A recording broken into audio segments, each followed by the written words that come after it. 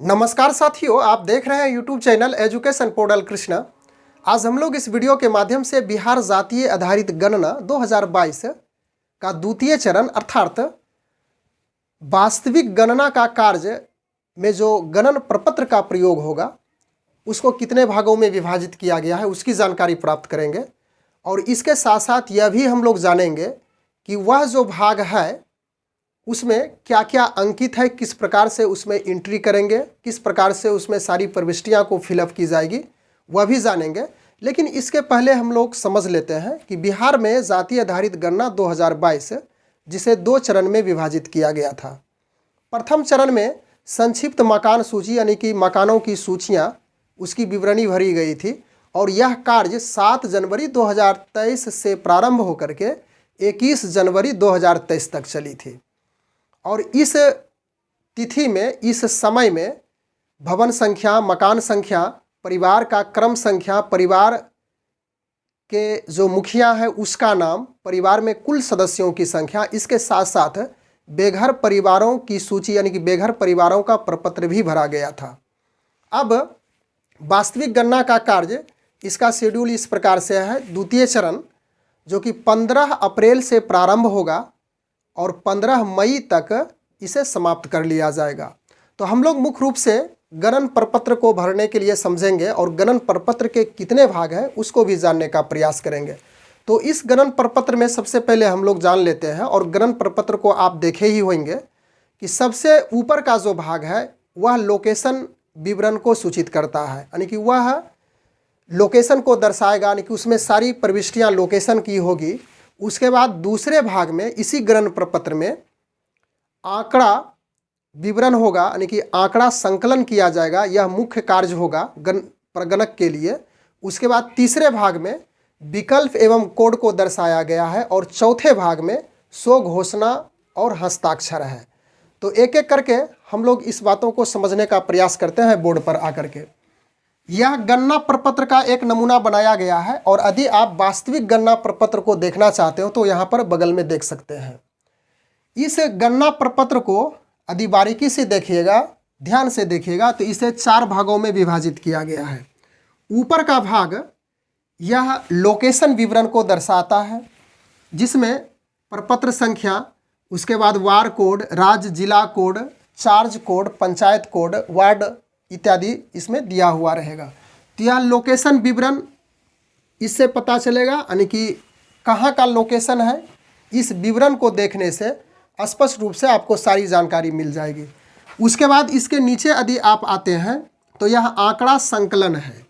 इस आंकड़ा संकलन में 1 से 17 तक प्रश्न पूछे जाएंगे। मकान के जो मालिक है, मकान के जो प्रधान है, उससे 17 प्रकार के प्रश्न पूछे जाएंगे।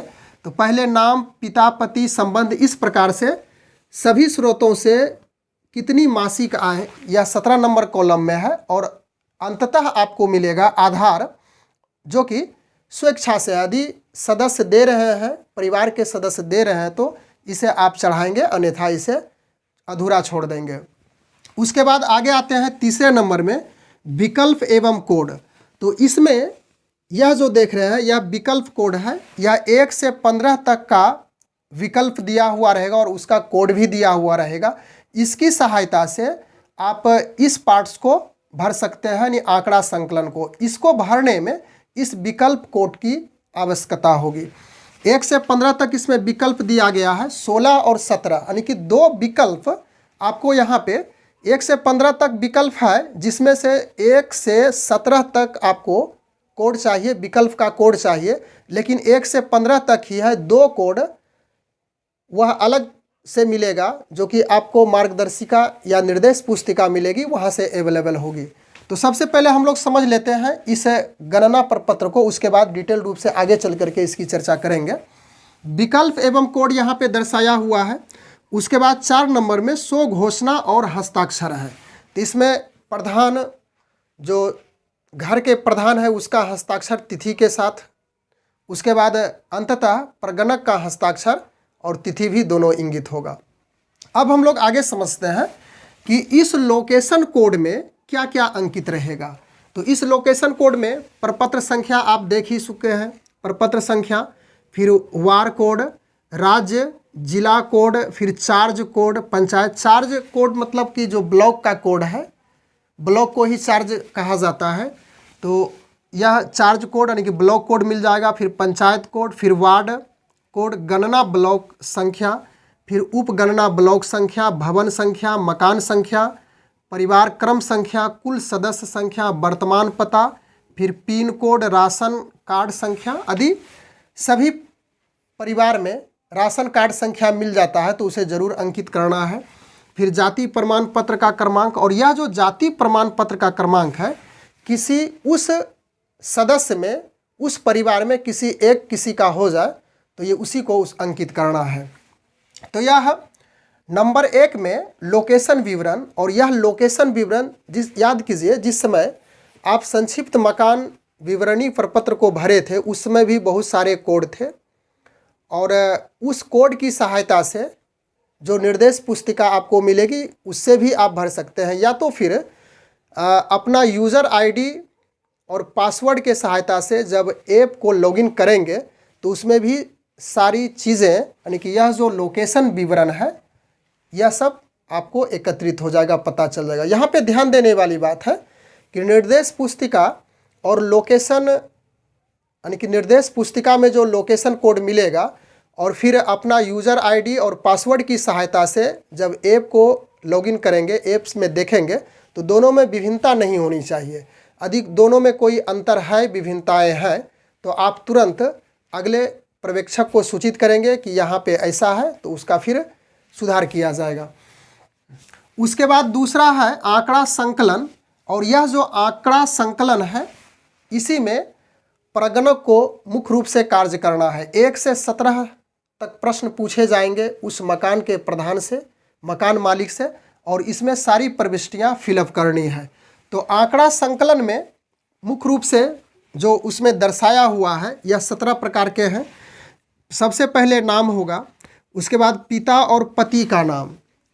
तो नाम में यदि उस परिवार में लड़का या लड़की है तो उसका पिता का नाम लिखा जाएगा, और यदि उसमें महिला है, पत्नी है, तो उसका पति का नाम लिखा जाएगा। उसके बाद संबंध क्या है, संबंध भी लिखा जाएगा। फिर आयु, फिर लिंग, वैवाहिक स्थिति, शादीशुदा है या नहीं है, किस धर्म से है यहाँ लिखा जाएगा। फिर जाति का नाम एवं कोड लिखा जाएगा। मुख्य रूप से इस बात पे ध्यान देना है, जाति का नाम एवं कोड। उसके बाद शैक्षणिक योग्यता, फिर कार्यकलाप यानी कि प्रत्येक परिवार का क्या क्रियाकलाप है, यानी कि उसका डेली रूटीन का है, क्या करते हैं, पढ़ते हैं या तो फिर कहीं पे काम करते हैं या तो फिर नौकरी पेशा में है, उसको इंगित करना है कार्यकलाप में। फिर आवासीय स्थिति, उसके बाद उसके पास कंप्यूटर या लैपटॉप है या नहीं, उसको भी लिखा जाना है। फिर मोटर वाहन 2 चक्के वाले हैं या तो फिर 4 चक्के वाले हैं, इसको भी लिखा जाना है। कृषि भूमि यानी खेती करने के लिए भूमि है, कितनी भूमि है उसको इंगित किया जाएगा। फिर आवासीय भूमि यानी कि घर बनाने के लिए, रहने के लिए जो भूमि है वह भी। और मासिक आय सभी स्रोतों से, यानी कि जितने भी स्रोत हैं, कृषि से, मजदूरी से, या तो फिर कहीं वो नौकरी करते हों, नौकरी पेशा वाले हों, तो उससे यानी कि सभी स्रोतों से उसकी मासिक आय, 1 महीने की आय कितनी होती है वह भी लिखा जाना है। और आधार संख्या तो यह स्वेच्छा से लिखा जाएगा, यानी कि यदि देते हैं तो ठीक है, नहीं देते हैं तो इसको छोड़ देना है। तो इस प्रकार से यहाँ से पूरा देखा जाए तो 1 से 17 तक 17 प्रकार के प्रश्न पूछे जाएंगे, और यही सब प्रश्न पूछे जाएंगे। उसके बाद हम लोग आगे बढ़ते हैं विकल्प एवं कोड, तीसरा नंबर में। तो विकल्प और कोड इसमें स्पष्ट रूप से दर्शाया रहेगा 1 से 15 तक, जो विकल्प कोड के रूप में है। लेकिन 2 विकल्प आपको नहीं मिलेगा, और वह है जाति का विकल्प और कोड। उसके बाद शैक्षणिक योग्यता का विकल्प और उसका क्या कोड है।